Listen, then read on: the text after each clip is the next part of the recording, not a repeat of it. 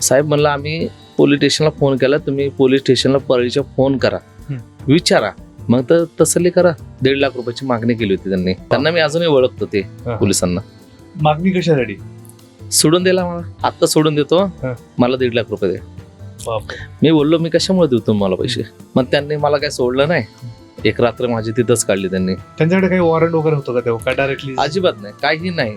फक्त दुसऱ्याच्या सांगण्यावरून मला त्यांनी अरेस्ट केलं होतं. ह्यांना काही मोठं पदक बिदक काही भेटलं नाही, यांना काय वाटलं मेडल वगैरे मिळेल, असं काही भेटलं नाही. फक्त नाव होण्यासाठी करतात. ह्यांचं काय जातो, हे पैशाच्या लालचे लोक येते. दुसऱ्या दिवशी पेपरला यायला बरं की 24 तासात गुन्हेगारांना अटक, पण ते खरे आहेत का खोटे आहेत हे माहिती नाही. त्याच्याशी त्यांना काही घेणं देणं नाही. कसं आपल्याला आपलं नाव करता येईल, उद्या पेपरला कसं नाव छापन. बघा, मी ह्या आरोपीला पकडलंय, म्हणजे खूप मोठ्या बहादुरकीचं काम केलंय नाही असं दाखवतात, पण ते निर्दोष आहे काय हे कधीच त्यांनी बघितलं नाही. यांचं काय गेलो, 5 वर्ष माझे गेले.